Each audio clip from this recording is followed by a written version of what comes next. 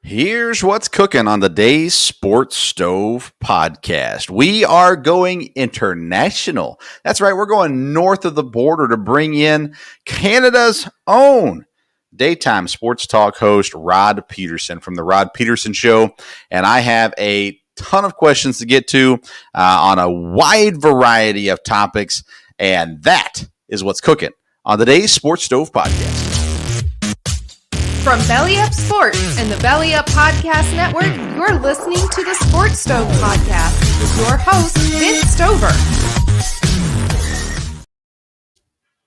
Welcome into today's special edition of the Sports Stove Podcast. It is an exciting time to be alive. Things have been going crazy at our house today. We almost got flooded.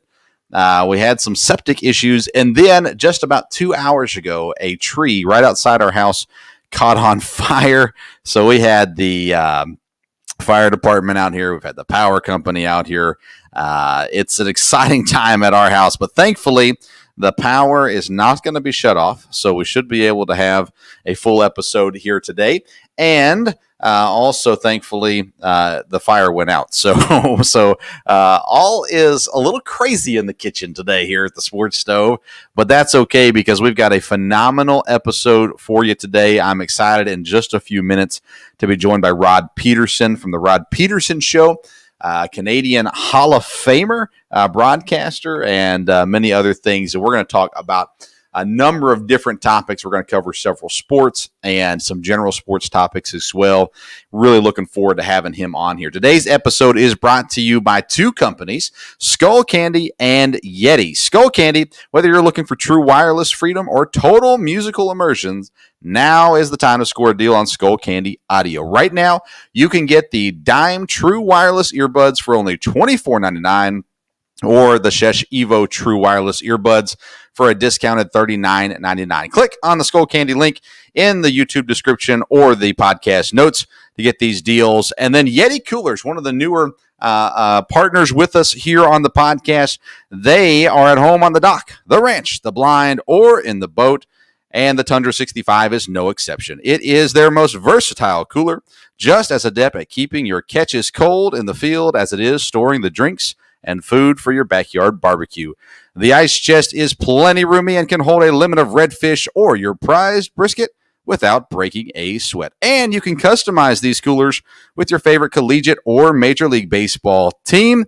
Click on the links in the YouTube description or in the podcast notes to get yourself a new cooler from Yeti Coolers. We're right in the thick of summer. July 4th coming up in a month, and you need a new cooler, so why not get the best cooler, Yeti Coolers? If you use the links that we provide for you, it will let them know that you heard about them here on the Sports Stove Podcast, as well as help the podcast out. So if you use those links, we will be greatly appreciative of it. Right now, we are privileged to be joined by Canada's own, the host of the Rod Pedersen Show, the Hall of Fame broadcaster, the best-selling author, and many other things as well, Rod Pedersen. Rod, thank you for being with us today. Hey, thanks for having me, Vince. Man, that's one booming voice you got. You spent a few years in this business, eh? Well, technically, I've spent a year in the business. Wow, well, you got a big voice. Thank you. Yeah, so I'm actually a pastor, so I use that on Sundays and Wednesdays as well. But yeah, the Lord has blessed me with it, and we sure enjoy talking sports and enjoy the opportunities for sure, no doubt. But hey, I really appreciate you being with us. Enjoy your show. Listen as much as I can while I'm out and about, and excited to have you with us. I want to talk about a wide variety of things today, but I want to start off with your history in broadcasting. So you had the CFL for Saskatchewan Roughriders, 20 years, is that correct? Yep. And then you've also done Western Hockey League, you've done World Junior Hockey Championship, you've done Grey Cups, a lot of things that you've done in your play-by-play and broadcasting, calling games and things like that. So what is the top sports moment that you had the opportunity to call? You know, I think about it often, and I appreciate the question. It was the 2013 Grey Cup, right down the street from my home here, about 5-minute drive. It was the Canadian Football League Championship here. and it was the Saskatchewan Roughriders against the Hamilton Tiger Cats. And I call it the greatest day in the province's history because there was 44,000 people there, and the Riders just stomped Hamilton that day. But it was, if you're a Canadian Football League fan, it's fairly rare that it's like what Tampa did last year in the Super Bowl. To play in your own stadium in the championship is not a regular thing. And Saskatchewan did that. And that was my 15th season, I think, calling games. Now, we'd won one before that in 07 in Toronto, but that was just a really special day. So there's that. And then I think about the World Juniors a lot, too. This is a hockey country. And to be able to call, Canada, Russia, Sweden, Finland, that was a trip, as they say. 44,000 in the stadiums. When's the next time that's going to happen in Canada? We'd be happy with 4 in the stadium right now. I'm watching the Carolina-Tampa Bay game here, and it's just insane in Raleigh. And we're sitting here talking about maybe 150 in a rink in September in Canada. Like Vince, it's a bit of a sore subject. Sports in Canada, right? It's a bit of a barren wasteland. As we sit here right now, the CFL season's delayed, as you probably know. Thank heavens we got hockey being played. But it's been tough on a lot of people. Well, so I grew up near Nashville, Tennessee, and so I'm a Predators fan. And during the first round of the playoffs, I was watching the Predators and Carolina, and just the crowd was electric. And then it flipped over, I think, to the Toronto game, and it was just silent.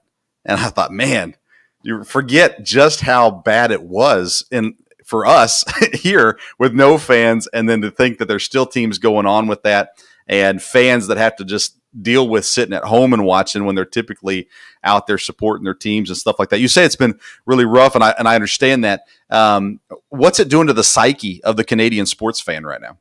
Well, the fans are fine because they got jobs and they're just in a holding pattern. But the guys that I'm talking to every day are players and obviously coaches, and they're seeing. I mean, Vince, when I got into this gig 20-some years ago, the average pro football career was, I think, 3 years in duration. Now it's 1.5.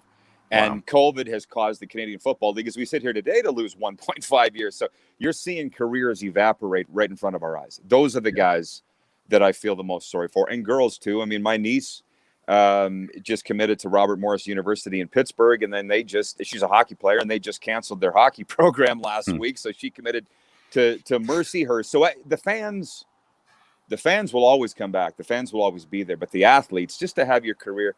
I was talking to a radio guy the other day, and I just said, just imagine if we at 19 or 20 were told we could never broadcast again.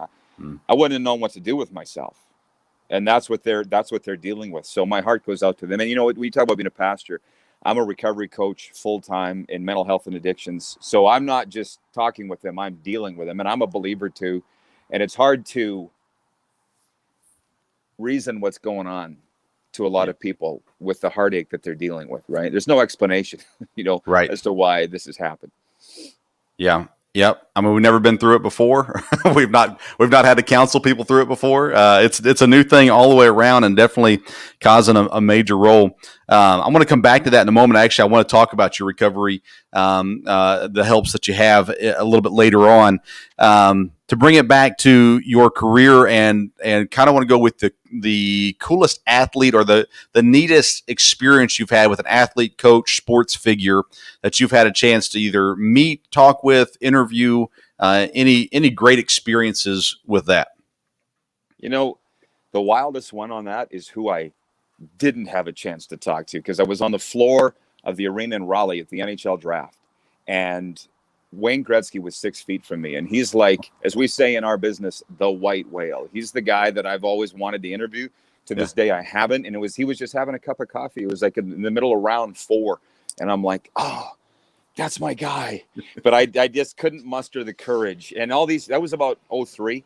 And all these years later, I'm thinking, if I ever get a chance to, again, whether it's Gretzky or anybody else, I'm going to go up and say hi. Heavens knows millions of others have. So what was stopping me that day? So yeah, through this pandemic, you've seen the lists of your best all-time players, your best all-time memories and stuff. And I've been very blessed to meet just about everybody I've wanted to. George Strait, that's my guy. I've had that opportunity. But the chance that I had, I guess I kind of blew it. It was Wayne Gretzky. It was 6 feet from him and did socially distanced, but Didn't introduce myself. The only country singer I've ever met was at a hockey game. Vince Gill would go to all the Predators games, and my mom, don't get mad at me for telling people this. My mom loved Vince Gill, and he was sitting all the way across the stadium from me. And during intermission, my dad went to go get concessions, so I snuck down and went around, went down, said hey to him, said, "Hey, my mom loves you." He said, "That's thanks, that's nice," and then I left. So similar, yeah. At least you said hi, right? Yeah.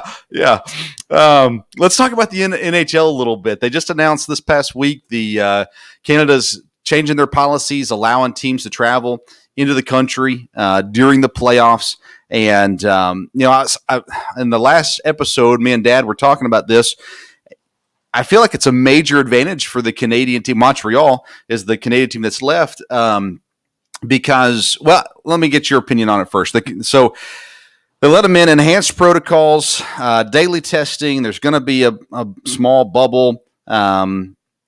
What does this mean? Obviously, this is great for Montreal. They don't have to find a new home like the Raptors did. The Blue Jays are doing stuff like that. So what does this mean for Montreal? How does this help them in their home games coming up here in the playoffs? Well, I think it helps a lot. I mean, the Vegas Golden Knights are my team. And I was just saying on my show today that they played to 18,000 the last games 3 and 4 in Vegas. And you think that didn't help them, right? I know it did. And they won both games. So Montreal's only had 2,500 fans at their games. But if you know Montreal, that's a very loud and rabid 2,500 fans. So that's a major benefit. They're going on to the next round. They don't know who they're playing yet. It's going to be either Vegas or Colorado. But it's a huge boost. And I don't, like, my dad forbade me from cheering for Montreal when I was little. Because that was the team I wanted it. They always were always winning. They were always on TV. That's how it usually goes, right? So although I wanted it to be my team as a kid, I just always respected them. Like every game, if you get the chance to watch a Montreal Canadiens game, they're showing the icons in the crowd. Guy Lafleur, Yvonne Cornway. They go to the games. You know what I mean? It's such the respect of that franchise. And into the building. If you're into the Bell Center, it's like ghosts, man. You feel it. Your hair goes up in the back of your neck because you feel like all the legends are there. And some of them are because of this. So, but you mentioned the border being open. It's a key distinction there that it is, because up until last week, I know the NHL had no idea what they were going to do in round 3 with those teams in Canada. And I just think it's because of money. I'm not saying they bought off the government, but there's some other leagues in this country that would like to see the Blue Jays, the Raptors. They couldn't get the border open. Right. So It was, I think it's just because it's hockey, Vince. That's why I think they did it, because it's so big up here. I think, have you been to Canada? No, I haven't. Well, I do a lot of these interviews with American shows like yours, and they haven't been to Canada. They know how big hockey is here, and it's basically what football is to you guys, hockey is to us. Second you cross that border, it's wall-to-wall hockey, 24/7. It's all the networks talk about. It's everything. So that's why I'm saying the government and they're hockey fans too. I think they wanted to give the Habs a chance. Do you know how much different are the American teams that come in, Vegas or Colorado? How much different are they going to be treated versus Montreal players being at home? Are they doing the same testing? Are they in the same kind of bubble system? Or what? How much different is it going to be for the away team? It sounds like, you had some of the details there. I mean, I've read what those visiting teams are going to have to do, and that is not leave their hotel. Yeah. They're not allowed to have any contact with anybody outside their team bubble. When you say a bubble, it's a figurative bubble, right? Like they're just not allowed to go certain places. But I'm pretty sure the Canadian NHL teams have been able to live in their own homes for this whole season, which started in mid-January. But that's what it is. And it's, I don't know if we're going to talk CFL or not, but the players, they're tentatively going to kick off August 5th. And the players have been told, when you come up here, you're going to be housebound for the season, which is August, September, October, November. And it's going to be tough because the Americans, from what I hear, Nashville's wide open. Yeah. Like wide open. So, TSN, which is our ESPN, the analysts are saying, how are you going to tell a player that's been living wide open for how long in Florida and Texas to come up here and have to self-isolate again? I guess you're going to find out how much these guys want to play football. The NHL players already did it with a bubble in Toronto and Edmonton last year, so they're kind of used to it. And you're only coming in for a couple days. You're not coming in for 2 months. But that's what it is. The testing will all be similar. Yeah. So in America, we get very skeptical of government, and one of the things that crossed my mind as kind of a conspiracy theorist is, what are the chances of someone testing positive for COVID? One of the American team's players testing positive for COVID, when in reality they didn't test positive for COVID. That wasn't the road I thought you were going to go down when you mentioned conspiracy theories, because believe me, I've had my own through this pandemic, but I don't think they would fiddle with a COVID test. I'm pretty sure that's illegal. Although our Prime Minister, Justin Trudeau, a couple of weeks ago tweeted a photo of himself in a Montreal Canadiens jersey. And right now that guy can't really do anything right. People don't really like him to begin with. And then he's a Habs fan. But you know what? I actually admired it because he grew up a Habs fan. Trudeau's his name, man. It's French. So he's just letting it rock, but that didn't sit well. So maybe he will look into a positive COVID test. I can't say it won't happen. Yeah. Well, you think of people with food poisoning, the night before a big playoff game or something like that. One of those things crossed my mind. I thought, interesting. You got the international issue with that too, that would cause. So I'm sure it won't happen. It's just interesting to think about. But what it does, we'll be watching. Yeah, I got my radar up now. Let's put it that way. You heard it here first. Yeah, exactly. There were two pretty big suspensions here in the NHL playoffs so far. You had the one in Colorado, 8 games. They upheld that. And then you had the 4-game for Scheifele. You covered this heavily on your show, so I don't want to take too much time on it. Were you surprised at all that Scheifele didn't appeal his suspension? It wouldn't have mattered. I mean, he wouldn't have won. But I mean, my take on that, what I can't believe, Vince, was the uproar over that hit. And I should have known, after living in Canada my whole life, that everybody would have an opinion on that. Like, I literally walked onto the tee box at the first hole of my golf club on Sunday. Marshall walks out. "What'd you think of the hit?" And I'm like, you can't get away from it, man. Everybody's talking about it. Was I surprised? I thought he took it very classily. He's a Canadian hockey player from Barrie, Ontario, or at least that's where he played juniors. Like, I'll take my punishment, but I didn't agree with it. But clearly you're a hockey fan. Some of these decisions that have gone on with NHL player safety this year make no sense. Like last night, Bruce Cassidy gets fined $25,000 for a comment critical of officials that I didn't even think was that bad. So if you're going to fine him $25,000 and Scheifele says, "I got this suspension and I think it's harsh and excessive, but I'll accept it and I'm not appealing it," that's being critical too, isn't it? They just got to pick and choose what they want to punish. Yeah. And I thought I went off on this in the last episode, but to me, it was, I didn't think he should have gotten suspended. Fine. No, okay, whatever. But I thought it was it was a hockey play. I mean, he was playing hard at the point, and you guys covered on your show. Puck wasn't even in the goal yet when he got hit. It was there. It was close enough, and everyone knew it was going in. But still, it was one of those weird things in hockey. It seems like every sport we can't get away from the controversy of the discipline that's being handed down in every sport. There's always going to be obviously controversy about it. I was surprised at 4 games though. And if you want to hear more of Rod's thoughts on it, you can find it on the Rod Pedersen Show. They covered it thoroughly there as well. I want to transition into football, Rod. CFL. So I don't know much about the CFL. I'll be honest with you. Me and Dad talked about it a little bit. Dad, he's a huge sports fan, and grew up in Illinois and kind of followed everything. But tell me, how bad is the situation currently with the CFL? Well, it certainly depends who you talk to. I mean, I was on a podcast last night out of Calgary, home of the Stampeders, and they said, "Aren't you glad that we're not going 2 seasons without CFL football? Wouldn't that have been detrimental?" I'm like, guys, we're not playing now. Like we're right. Like, I'll believe it when we're on the field. Yeah. It's a really long, complex situation that I'm not going to bore you with. But here's the point. Canadians see the CFL up there in the realm with the NFL and the NHL because all the games are on national television every week. Every game's on national television. They think the money's the same. And what the pandemic's done is shown them it's not. The average wage in the CFL is $95,000. The top paid quarterbacks are making about $500,000 really.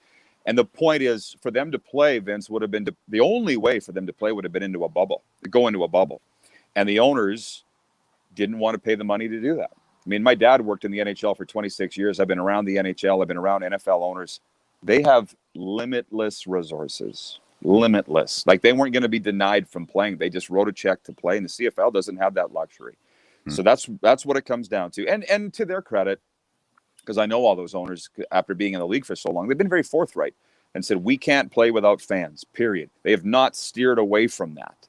But I just got a note sent to me the other day, what all the Rough Riders players here were forwarded. They said, you basically, if you're not fully vaccinated, don't bother coming to camp, which is supposed to begin July 10th. Well, 40% of Americans, I think, are fully vaccinated, and 6% of Canadians. So I said to the guy that sent it to me, how do they think they're going to open camp in a couple of weeks with 6% of Canadians vaccinated, and half the league is made of Canadian players? Mm-hmm. So that's the football aspect. And when you say how bad it is, the financial aspect, I thought was really bad, because they haven't had any revenue for a year and a half. Yet we're seeing teams come out now and say, we've got millions in our stabilization funds, that contingency funds that we haven't touched. And I just sit back and go, if you got millions, then why didn't you pay the money to play? I think you owe your players and fans and the game itself to get out there and play last year, let alone this year. But they don't want to spend the money, and it's their money. So if I was in their shoes, I might feel the same way. I don't know. I'm not.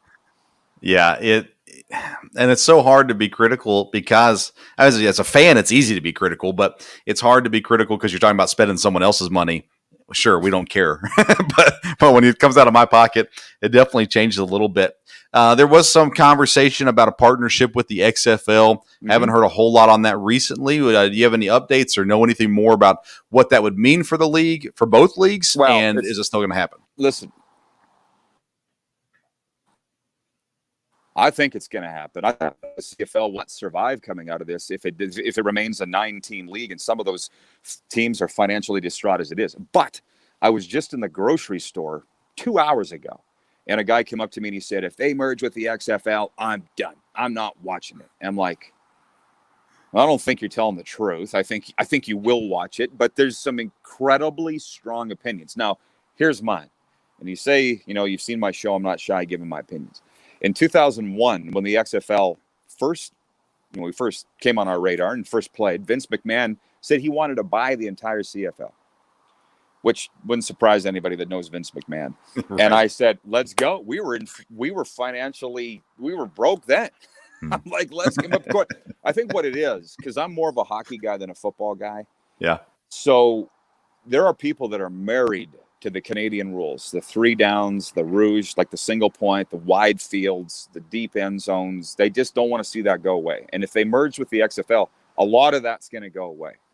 So, but what I don't get as a hockey guy is that we play on ice surfaces that are 200 feet by 85 feet, 200 feet by 100 feet, 175 feet by 70 feet. Why is this such a big issue? I think it's just an ego thing of football, to be honest with you. To cut to the chase, I think they have to merge to survive. And I think that's the way it's going to go. It's one of those things, fans are so quick to say, I'm done, I'm not going to watch anymore. And some of them truly do. I mean, we went through that with the NFL, still going through it with the NFL. If they take a knee, I'm not watching anymore. And I know people who do not watch anymore.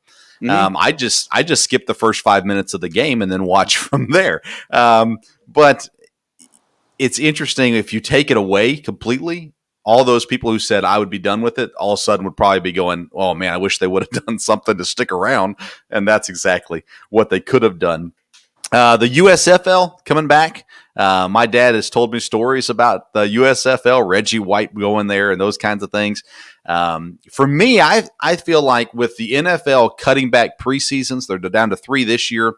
Soon enough, they'll be down to 2 and maybe even 1 preseason game. The more the football, the better, because these guys that used to get their shine in the preseason aren't going to get that anymore, and they're going to need somewhere to go play to show that they can actually play and make a league. And I think USFL, the XFL, and the CFL could all be places where these guys at least get an opportunity to show what they have. Are you on the side of more football is better football? I know you said you're more hockey than football, but what are your thoughts with the USFL coming in? Well, no, that is the exact phrase I used in my weekend column that I wrote. The more football, the better. But the problem that I have, you got some good questions tonight, Vince. The problem that I have is as soon as the USFL made that announcement Thursday, a smile came over my face. I'm like, more jobs for players, coaches, more football to watch in the spring when there really isn't any. What's the downside? And all of a sudden, CFL people were saying it's laughable. They're a joke. Brian Woods is behind it. He's the spring league guy, and he's not paying his coaches. And like, they just immediately trounced the USFL. And I'm thinking, this isn't there. That's just the business world of trashing your competition. That's really all that it was. And immediately, too, people were saying, oh, now the CFL has leverage. Maybe they won't go with the XFL. Maybe they go with the USFL. And I'm like, how be one of you get on the field and play first? How be we do that? You know, but I'll drag this back to the CFL discussion. You said, how dire is the situation? They're fractured as a league with not every team even wants to play this year.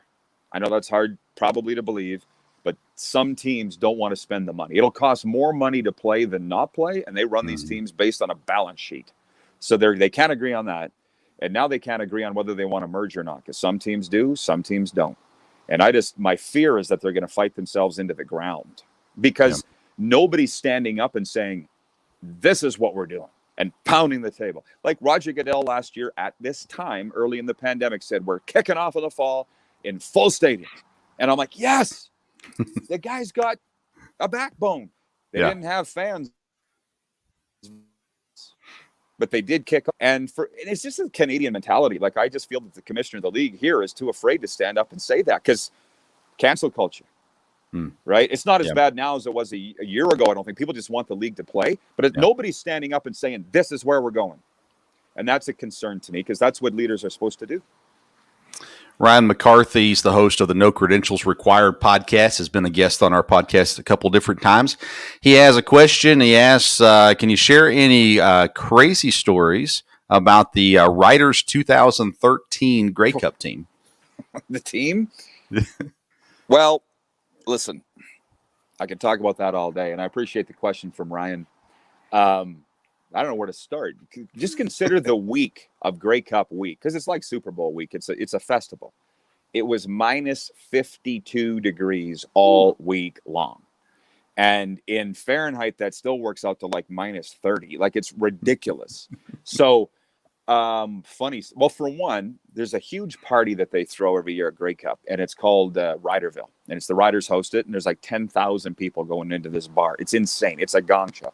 And I was afraid, really afraid, that somebody was going to stumble out of Riderville into a snowbank, freeze, and die. Like, every morning I got up and checked the news to wait and hear that somebody had frozen to death, inebriated. Fortunately, that didn't happen.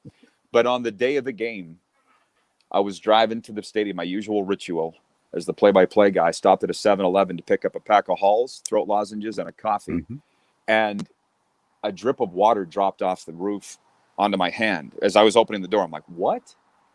And it warmed up to melting that day, which led to being the greatest day in Saskatchewan history. But there were players on the Hamilton Tiger Cats that had frostbite in practice. Like, I wouldn't even go to those practice. Like, I walked out to practice. I'm like, are you kidding me? I'm leaving. This is inhumane that they're making these guys practice in this.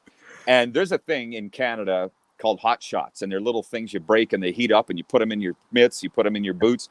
So the Rough Riders had hundreds of these things for practice, and they wouldn't give the Tiger Cats any. So they're like, hey, you should have brought them. You knew it was going to be cold. Can't you check the forecast? So there was that. And I think, too, when Hamilton arrived here and stepped off their plane, that was the Tuesday of Grey Cup week, and the game wasn't until Sunday. The Riders had the game won that day, because, like, their faces were freezing. And the Riders, they just weren't going to be denied. They kicked the tar out of their opposition every playoff game on the way to the Grey Cup. So what I think about is the weather. That's what I think about is the weather. And then listen, I'm just going to say, because we're sitting here, late August of that year, because our season goes June to November, there was a huge bar brawl. There's a bar strip here called Dudney. It's like Broadway in Nashville. And a bunch of our guys got in a brawl, and some of them got charged, and it kind of fractured the team. And there was a huge, like internally, it fractured the province, actually, because the fan base of the team is just like this. And a lot of people didn't want those players to play. They thought they were hooligans, that they were in this bar brawl. And guess what? They played. Yeah. But there was actually, even within the locker room, there was a bit of a fracture over that. And the team came together and went on a 4-game winning streak after that, and it was pretty special. So it was not the best incident. It's not something we're particularly proud of, but they still talk about the Dudney incident in that 2013 season, which might have actually been the turning point and brought the team together, believe it or not.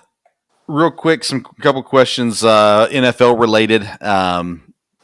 You talked about it on your show a little bit too. Julio Jones goes to the Tennessee Titans, one of the top wide receivers of all time. Maybe not currently where he's at in his career. I know you have a Titans fan on your show, so maybe I'll have to have him on to ask this question too. But so I've kind of gone out on and I've gotten a little bit of kickback from this. I've said that I believe the Titans will be closer in record to third place in the division than they will be in first place in the division. And then I've said the Falcons are actually going to make the playoffs this year. And then fantasy football wise, Ridley will be better than Jones and all that kind of stuff. Is Julio Jones, when you hear the name, you think, man, he got traded for a second and a fourth rounder.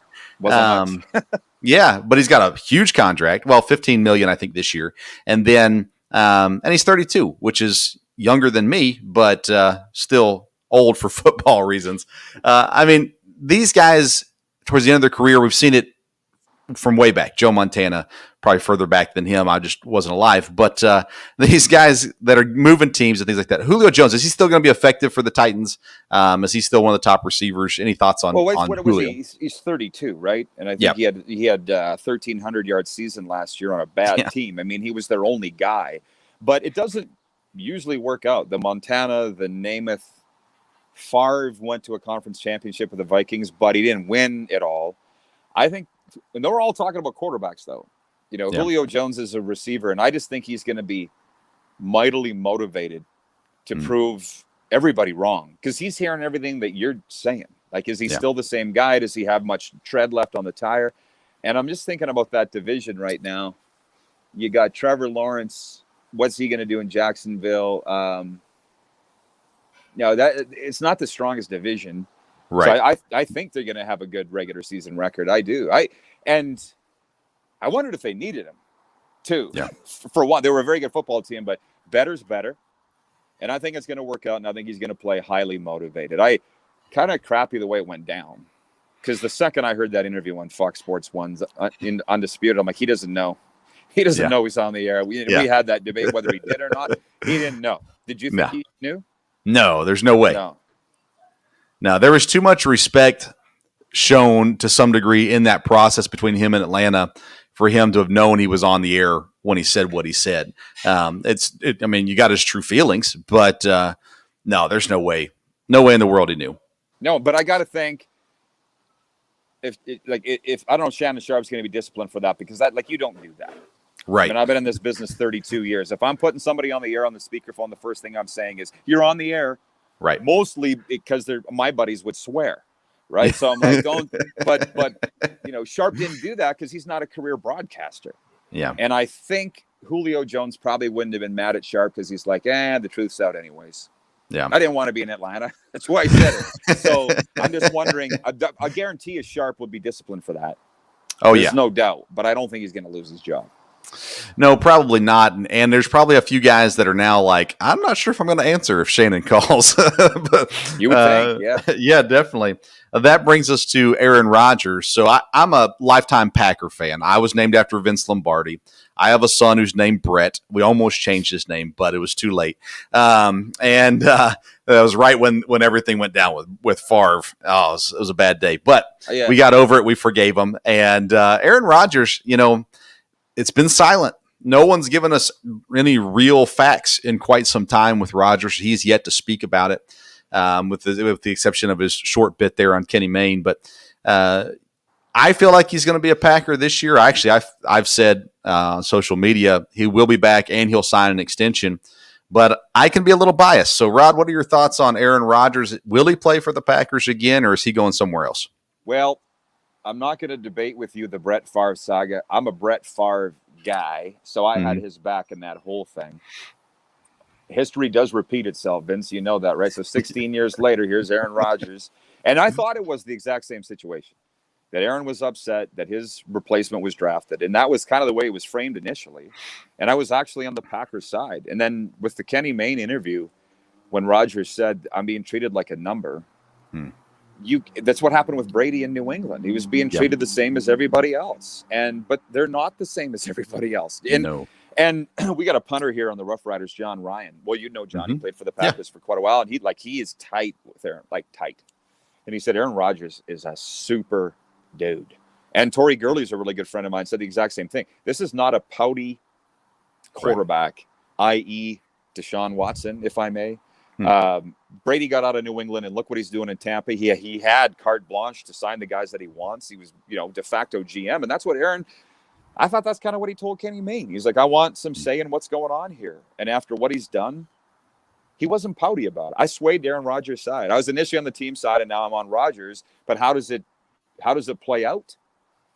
The only way the Deshaun Watson situation has been resolved is all of a sudden these charges come out. And that's not even to say that they're not correct. You can't pull that with Aaron Rodgers. Right. Right? Like you're not going to find any dirt on Aaron Rodgers. So I think the team is going to win. Yeah. But you're going to have a disgruntled quarterback. That doesn't usually play out very well. Yeah, it's Green Bay is so unique in the football teams with just the way the fan base is so involved in everything with the organization. Mark Murphy, my dad, he said they could get rid of Mark Murphy in a heartbeat, and I wouldn't feel bad about that at all. Now we like Gutekunst, we like the coaching staff, those kind of guys.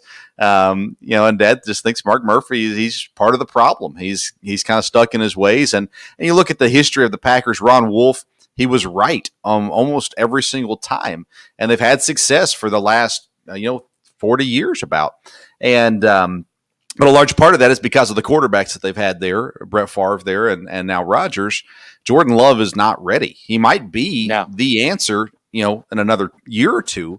He's not ready now. And, maybe the Packers will have to go through a year of Jordan Love playing like a rookie quarterback, even though he's not a rookie technically, in order to get through to the next stage.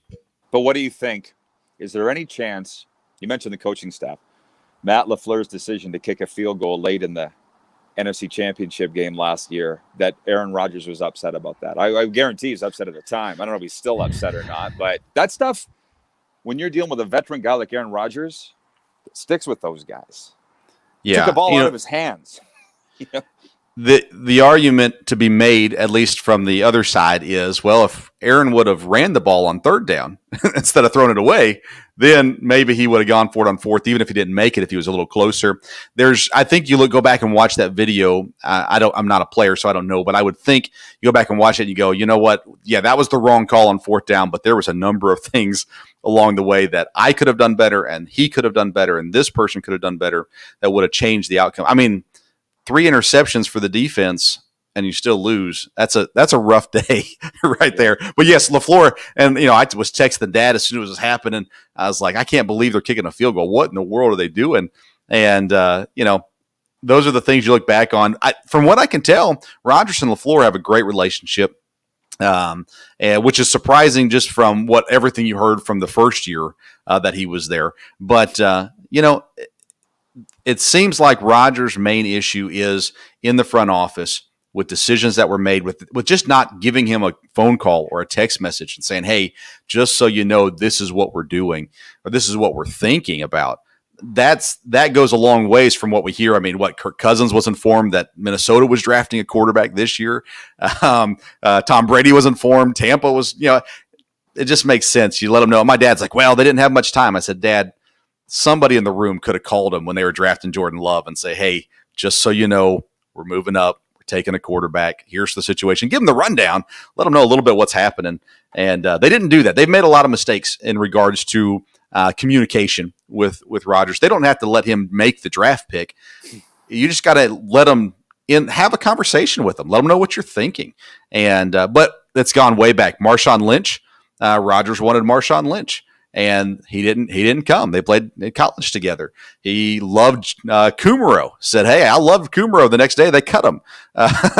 They draft this replacement. They trade up to draft this replacement.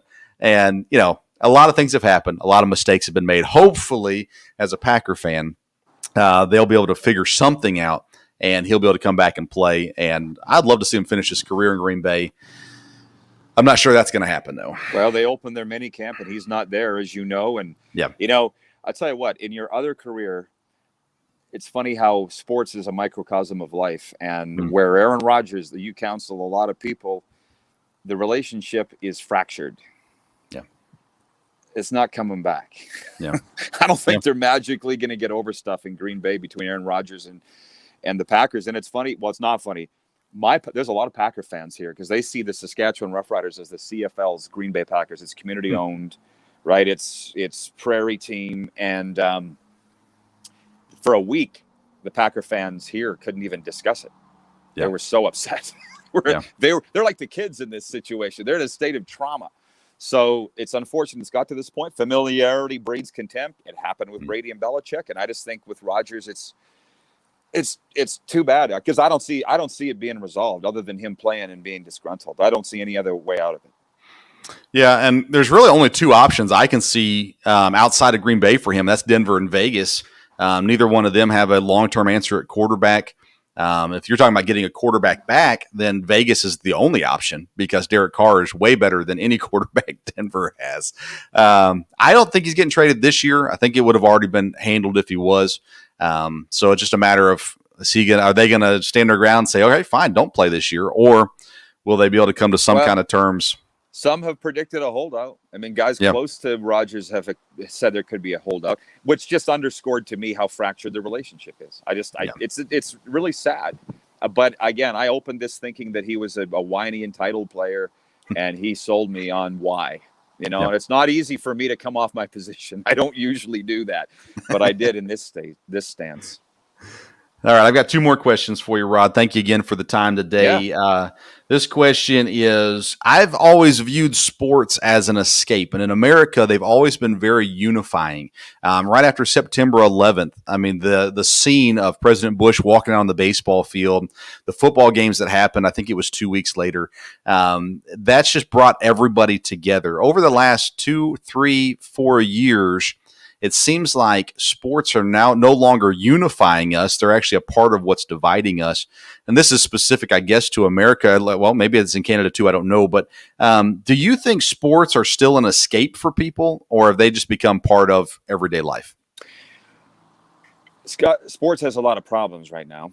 And I look at it a little differently. When the NFL signed this new TV deal, and what is it at now? $300 billion a year or something? Bunch. Yeah. Like everybody saw the money, and I'm a Dallas Cowboys fan, and I look at Dak Prescott and the $75 million a year that he's going to pull in with bonuses and everything, and everybody's like, "Wow, wouldn't you like to make $75 million a year?" I'm like, "No," because the pressure on Dakota Prescott is out. More money, more pressure, more money, more problems. Mm-hmm. And I mean, if you're going to honor Black Lives Matter, it's an important cause, But what has happened here is this hate that we're seeing has always been here. Mm-hmm. What brought it out, is it social media? Is it the pandemic? Is it Donald Trump? They didn't cause it. It's always been here. And again, back to our other careers, talking about it is probably a good thing. But I just don't know what it's going to take for people to heal. Sports isn't the problem. People are. Right. People are. The sports has done nothing wrong. And honestly, I thought the pandemic would actually would wake sports up in terms of the money. And this NFL deal shows that it hasn't. They're making more money. So, you know what I mean? So, I tell you what, it brings my group together. Let's put it that way. And we played hockey here in a bubble, and I got to call the games. I can't believe how happy I was. The players told the coaches and owners of the teams, of the hockey teams every day, thanks for playing. And for giving us a chance to play. And sports will always bring people together, but we got a lot of healing to do, and I'm not sure people understand yet that they need to, let alone start that road yet. Well, that's a good transition into healing. You have an organization called Pedersen Recovery, where you're helping with drug addicts, alcoholics, addictions, things like that. I'm curious, what's the story behind that? How did that get going? Where did your burden come from with that? And what are you doing? What can you share about that organization? Well, I'll give you the quick version. for 25 years, I was an active alcoholic and bad. I mean, my dad was a recovering alcoholic. He quit when I was 2 years old. And I just cold turkey, just stopped after his third driving while impaired. And I just thought, you know what, when I'm ready to quit, I'll quit like my dad. And I got into my 30s and I couldn't quit. It had me like this, you know, and that's addiction. I never tried drugs, but if I had, I wouldn't be sitting here talking to you today. I'd have died. But I faced an intervention and was 6.5 years ago, and I was told to quit drinking, get into recovery, or lose everything. And I give myself a little bit of credit for making the right choice. And then I got into recovery, haven't drank since. And 2 years in, I got offered the opportunity to work as a sober coach by a sober coach out of Montreal. And I said, what's a sober coach? I haven't even heard of it. And he goes, well, I coach people to get, you know, and it was just sobriety at that time. And he goes, come work with us. People, for whatever, he goes, I don't even know what you do. He didn't. He was in a 12-step meeting that I was in. He's like, people listen to you. Who are you? What do you do? And he goes, but you got to go get training. So I got a diploma as an addiction treatment specialist, and then added to that intervention training. Just got my certification 2 weeks ago as a recovery coach. Stress, trauma, grief management, all those things. And you know, you understand it with what you do. There's no better feeling in the world to help others. Yeah. So I've been doing that for 4 years, just past 4 years. And that's the highlight of my life. The sports is just for fun. Yeah. But near the end of my time with the Rough Riders, like our roads were going like this. Like, for one, sports is not life and death. And to sports people, it is. And God bless them, they don't know any different. But when you're dealing now, when people's lives are in the palm of your hands, doesn't really matter who won the football game on the weekend, right? So it just wasn't, we were going different directions. And I don't regret the change. They don't regret the change. But this is what I'd rather do. It's just the best feeling in the world. It kind of drives my wife nuts because my phone's going off 24/7, you know, with people that have issues. Yeah. And here's a funny story. My counselor, probably about 3 years ago, said to me, because I still have one, he goes, how do you do this over the phone? And you text people and you counsel them over the phone? Like, what? Nobody does that. You need them on your couch for an hour. And I'm like, my people are all over North America. I can't get them in my couch.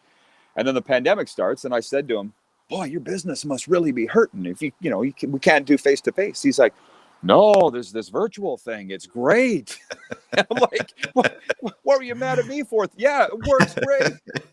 So I've been doing this with my guys, and it is guys. I don't work with women because there's enough work in sports, entertainment, and military with guys. I don't need to branch out any more than that. So that's what I do. But it became mental health as much as addictions. And I've done everything in my life, Vince, backwards. I didn't want to be an alcoholic. And when I didn't want to get sober. I didn't want to become a recovery coach. And then I had all these people coming to me with their help with mental health issues. And I had no idea how to help them. Yeah. But I'm like, how do I say no? Right. So that's where I went and got the training. That's awesome. You know, are you working? I know you can't. I don't want to get too specific with it, but are you working mainly with athletes and sports figures, or is it kind of everything? Mostly athletes and some military. Okay. I would like to speak with more entertainers because I sit here and cry and moan every day about sports not playing. There hasn't been a concert in this country in over a year. And it's not just the guy or girl on stage. It's the bus driver. It's the cable pullers. It's the ticket sellers. Like, so many people are hurting in my world of sports and entertainment, you know, and you see them going off on social media, ripping the government, ripping other people. I'm like, you're hurting. Do something about it. But you can't until they want to. Right. So it's been a really tough time. Yeah. Definitely. All right. Well, we've been with Rod Pedersen. He's the host of the Rod Pedersen Show. Tell everybody where they can find, when and where they can find your program and the best place to follow you on social media. Well, thanks, Vin. You're in Kentucky? Yeah. Yeah, it is. Game Plus Television airs us daily, noon Eastern, for 2 hours on TDS Cable. If TDS Cable is your cable package in Kentucky, you get the Game Plus channel. If you don't, you can watch us on Facebook and YouTube live daily. Same thing, noon Eastern. And just, you see my name on the screen there. Follow Rod Pedersen. My recovery account's Pedersen Recovery. I'm not hard to find. So I appreciate the opportunity for that, Vince. Yeah, and we've of course posted on Twitter. We've tagged Rod in all our posts and stuff like that. So you can go to the Twitter page, find him there, and on his bio on his Twitter page, links to his show as well and his Pedersen Recovery as well. So you can find information there also. Rod, it's been a blast. I enjoy the show. I listen either the podcast version or I jump on the YouTube. I work during the days. I actually work also, so so I'm listening as I go and everything like that. But I really enjoy it. Yeah, we have a sports right now has a problem with this hot take mentality where everything they're saying something but they don't believe it. And one thing I like about your program, it's not just you, but the other gentlemen that join you throughout different times. It's not hot takes. It's legit conversation. It's real opinion. And to me, it's very insightful. So I appreciate the programming. And I'll compare you to George Plaster. I don't know if you know who George Plaster is. But growing up in Nashville, George Plaster was on the Nashville radio. He's still on Nashville radio as well. And just real, genuine, and I appreciate that and what I like to listen to. So now you're giving me something to do tonight. Look up George Plaster. There you go. Sure It's great. Yeah. The only guy in Nashville that would say anything negative about Jeff Fisher was George Plaster. And now he didn't always talk negative about him, but everyone else was too afraid they wouldn't get an interview anymore, so they wouldn't say anything. What did he think of Vince Young? He was for him for the most part, especially early on, and of course everything kind of went south as far as his playing abilities and stuff. It didn't work out, but a lot of that I think was coaching. But yeah. Well, we had that here for a while. Hurts. That's why I asked. Yeah. Oh yeah. So there are still good sports talks out there. You just got to find them between the Rod Pedersen Show, George Plaster in Nashville, the Sports Stove, anywhere you get it. Absolutely. All here, Rod. Thank you so much. I really do appreciate the time. You've been very kind to our network, the Belly Up Sports Network, and we sure appreciate that as well. And we'll continue to watch. And again, thank you very much. Hey, well, thanks for the chance, and well, hopefully you can return the favor with me someday and come on. That'd be fun. Would love to anytime. Okay, thank you, man. Thanks. That's Rod Pedersen from the Rod Pedersen Show. Thank you so much for tuning in to the Sports Stove podcast. Again, click those links in the podcast notes and in the YouTube descriptions for Skullcandy and for Yeti coolers. Thank you so much for tuning into today's Sports Stove podcast. Until next time, we'll see you around the Sports Stove.